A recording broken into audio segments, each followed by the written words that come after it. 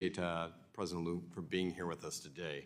I think we all know that we are currently in a new era of global competition and that we are faced off with our greatest adversary here being China. And literally in this case, all the chips are on the table when it comes to this. Specifically, our challenges in the global economic leadership are very real. The U.S. possesses several critical tools, as we know, to remain a global superpower.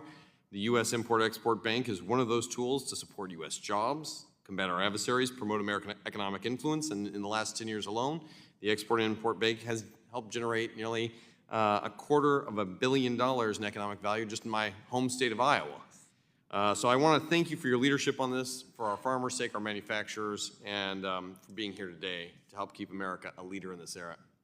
So with this, President Liu, I want to speak specifically to the Chinese Communist Party's ownership in things like telecommunications, Huawei, ZTE, their investment in things like the deep water ports that we're seeing in South America, Peru specifically, economic corridors to Pakistan, bridges and roads being built in Cambodia. The list goes on, mineral extraction in Africa. China's Belt and Road Initiative, we all know, is targeted. It's penetrated a huge part of the economic globe, and it's an area where we need to be looking forward on how do we combat this and bring it on side.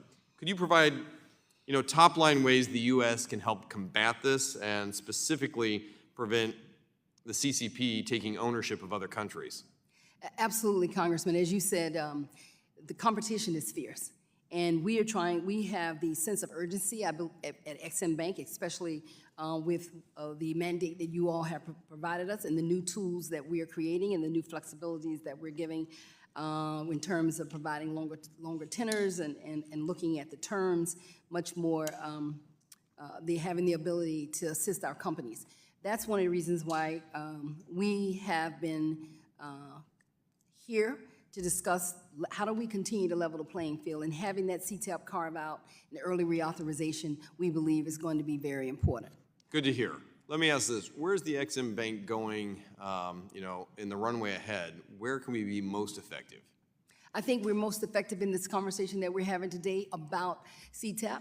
We are looking to continue to see how we can work with all of you so that the market is clear that Ex-Im is a stable institution, that Ex-Im has been revitalized, that Ex-Im has strong bipartisan support in its reauthorization. All of those are areas that I believe would be very important to send as a signal to the market that Ex-Im is not only back in business, but that we can also deliver results around the mandates that we are supporting, as well as supporting all sectors, large, medium, and small companies. I think it's really important here, particularly when it comes to critical technologies, that we are playing in this space and sending a clear message to our competitors, particularly those coming out of Beijing.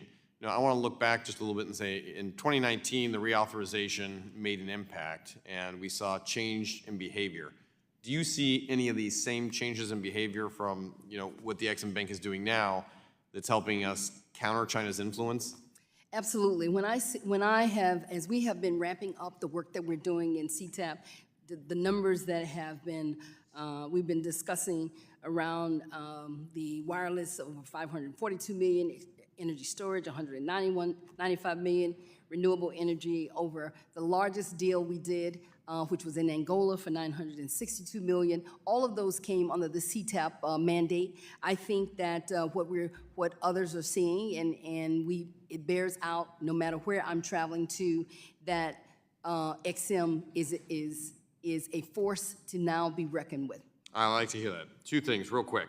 Department of Commerce is working on American dual-use technologies. I want to think military capabilities here, AI, hypersonics. How does your team coordinate with Commerce on that?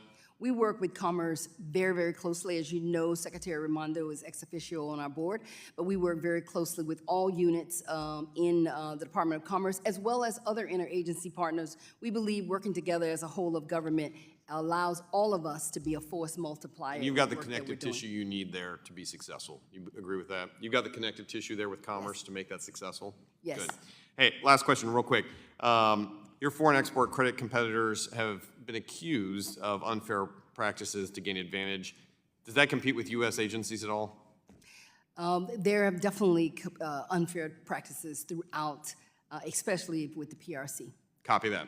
Thank you very much, Mr. Chair. Yield my